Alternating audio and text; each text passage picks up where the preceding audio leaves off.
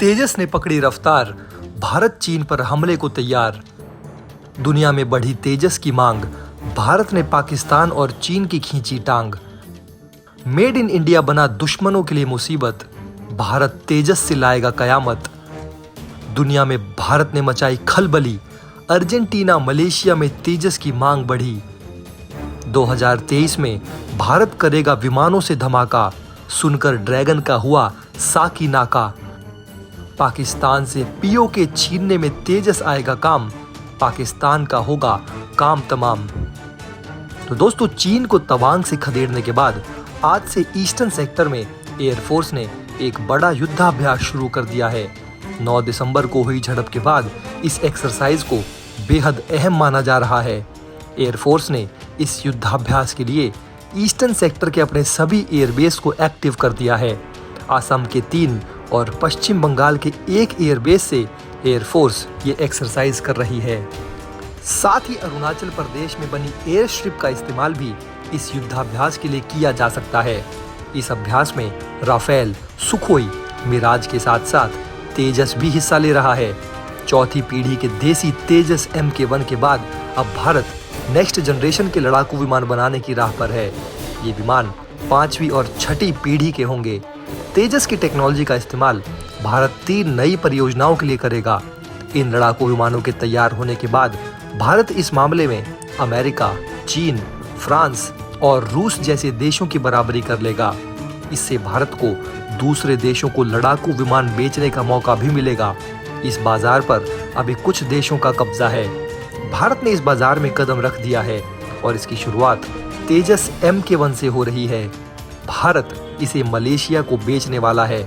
भारत के लिए अंतर्राष्ट्रीय बाजार में लड़ाकू विमानों से जुड़ी अपनी टेक्नोलॉजी का लोहा मनवाने के लिए अगला 1 दशक बेहद अहम है।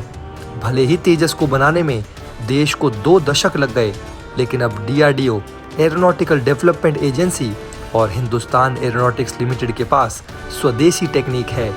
इसके दम पर भारत 5वीं पीढ़ी का पहला लड़ाकू विमान एडवांस्ड मीडियम कॉम्बैट एयरक्राफ्ट साल 2030 तक तैयार कर लेगा। एमका के प्रोटोटाइप को अंतिम रूप दिया जा चुका है। इसमें दुश्मन के रडार को चकमा देने की बेहतरीन क्षमता तो है ही, ये सुपर क्रूज क्षमता से भी लैस है। ये विमान डबल इंजन वाला है। हथियारों के बाजार में भारत अब निर्यात का बड़ा खिलाड़ी बनकर उभर रहा है। भारतीय रक्षा कंपनियां जहां एक ओर भारत की जरूरत के हिसाब से हथियारों के निर्माण पर जोर दे रही हैं, वहीं दूसरी ओर अपने उम्दा हथियारों के निर्माण की ओर भी विस्तार देने में जुटी है। इस सिलसिले में भारतीय एविएशन सेक्टर की प्रमुख कंपनी हिंदुस्तान एरोनॉटिक्स लिमिटेड ने मलेशिया में अपना कार्यालय खोला है। HAL ने गुरुवार को रक्षा सचिव डॉक्टर अजय कुमार की मौजूदगी में मलेशिया के कुआलालंपुर में एक कार्यालय स्थापित करने के लिए एक समझौते ज्ञापन पर हस्ताक्षर किए हैं। ऐसे में आइए जानते हैं कि भारत के किस विमान में मलेशिया और अन्य देशों की दिलचस्पी है। इस दिलचस्पी का प्रमुख कारण क्या है? दोस्तों, भारत में निर्मित हल्के लड़ाकू विमान तेजस लगातार सुर्खियों में है। तेजस दक्षिण एशियाई देश मलेशिया की पहली पसंद बना हुआ है। भारत और मलेशिया के बीच इस फाइटर जेट के सौदे को लेकर वार्ता का दौर जारी है। मलेशिया के फाइटर जेट कार्यक्रम के लिए आयोजित प्रतियोगिता में चीन का JF-17, दक्षिण कोरिया का FA-50 और रूस का MiG-35 Yak-130 फाइटर जेट भी शामिल थे। भारतीय विमान तेजस ने इन सब को पछाड़कर पहला स्थान हासिल किया है। खास बात यह है कि इस रक्षा सौदे के तहत भारत मलेशिया को मेंटेनेंस, रिपेयर और ओवरहॉल का ऑफर भी दे रहा है। इसके तहत मलेशिया में ही एक फैसिलिटी बनाई जाएगी जहां भारतीय इंजीनियर तेजस समेत रूसी सुखोई 30 फाइटर जेट की भी मरम्मत करेंगे। दरअसल यूक्रेन रूस युद्ध के चलते रूस के अंतर्राष्ट्रीय सौदे पर लगे प्रतिबंध की वजह से मलेशिया अभी रूस से मदद नहीं ले सकता है। तेजस भारतीय सेना की रीढ़ बनने जा रहा है।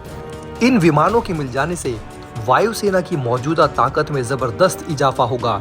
तेजस विमानों की तैनाती पाक सीमा के नजदीक गुजरात की नलिया और राजस्थान के फलोदी एयरबेस पर की जाएगी। कुल मिलाकर ये सौदा भारतीय सुरक्षा और रक्षा उत्पादन में आत्मनिर्भरता के लिए गेम चेंजर साबित होगा, क्योंकि भारतीय सीमाओं को चीन, पाकिस्तान सरीखे दुष्ट पड़ोसी देशों से निरंतर दोहरी चुनौती मिलती रहती है। ऐसे में भारतीय वायुसेना को आधुनिक तकनीक से निर्मित तेजस जैसे विमानों से लैस करना बेहद जरूरी है। इस तरह तेजस विमानों से वायुसेना की रणनीतिक जरूरतों को काफी हद तक पूरा किया जा सकेगा। तेजस दूर से ही दुश्मन की विमानों पर निशाना साध सकता है। युद्ध के मैदान में ये दुश्मन के रडार को चकमा देने में भी सक्षम है। ये विमान उतने ही हथियार और मिसाइल लेकर उड़ सकता है जितना इससे ज्यादा वजन वाला सुखोई विमान। तेजस 52,000 फीट की ऊंचाई तक ध्वनि की गति यानी मैक 1.6 से लेकर मैक 1.8 की तेजी से उड़ सकते हैं। वजन में हल्के होने के कारण तेजस की गति बेजोड़ है। ये हवा में ईंधन भी भर सकता है और जंग के लिए दोबारा तैयार हो सकता है। ये विमान 460 मीटर के रनवे पर दौड़कर उड़ान भरने की क्षमता रखता है। भारतीय वायुसेना को अगले साल से नई आसमानी लड़ाकू ताकत मिलेगी। HAL द्वारा निर्मित स्वदेशी लड़ाकू विमान तेजस MK-1A की आपूर्ति 2023 से शुरू हो जाएगी। अभी तक भारतीय वायुसेना को कुल 40 अनुबंधित तेजस MK-1 विमानों से 25 मिल चुके हैं। शेष 4 विमानों की आपूर्ति 2023 के मध्य तक वायुसेना को की जानी है।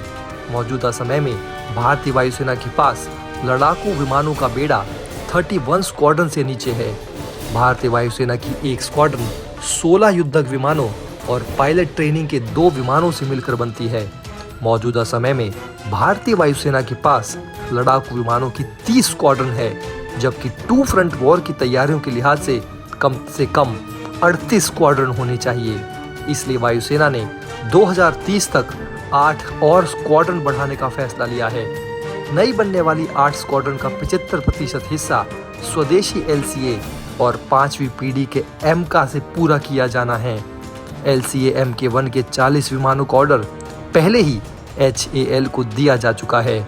इनमें से 25 विमान मिल चुके हैं और वायुसेना की सेवा में हैं। इन 40 विमानों में LCA MK-1A के मुकाबले 43 तरह के सुधार किए जाने हैं। इनमें हवा से हवा में ईंधन भरने, लंबी दूरी की बियॉन्ड विजुअल रेंज मिसाइल लगाने, उन्नत इलेक्ट्रॉनिक युद्ध के लिए दुश्मन के रडार और मिसाइलों को जाम करने के लिए सिस्टम लगाया जाना है। HAL ने पिछले करार के हिसाब से 32 जेट की असेंबली पूरी करने के बाद सिंगल सीटर तेजस मार्केट जेट के निर्माण को रोककर 18 2 सीटर ट्रेनर वेरिएंट के निर्माण की प्रक्रिया शुरू कर दी है। भारतीय वायुसेना ने तेजस के लिए 2 स्क्वाड्रन फ्लाइंग ड्रैगर्स और फ्लाइंग बुलेट्स बनाई है। तेजस मार्क 1A लड़ाकू विमानों की पहली स्क्वाड्रन गुजरात के नलिया और दूसरी राजस्थान के फलौदी एयरबेस में बनेगी। तो दोस्तों, आपको क्या लगता है, भारत अपने फाइटर प्लेन्स के दम पर POK को पाकिस्तान से छीन लेगा? आपकी क्या राय है? आप हमें कमेंट बॉक्स में लिखकर जरूर बताएं। वीडियो को लाइक जरूर करें और चैनल को सब्सक्राइब करना ना भूलें। जय हिंद।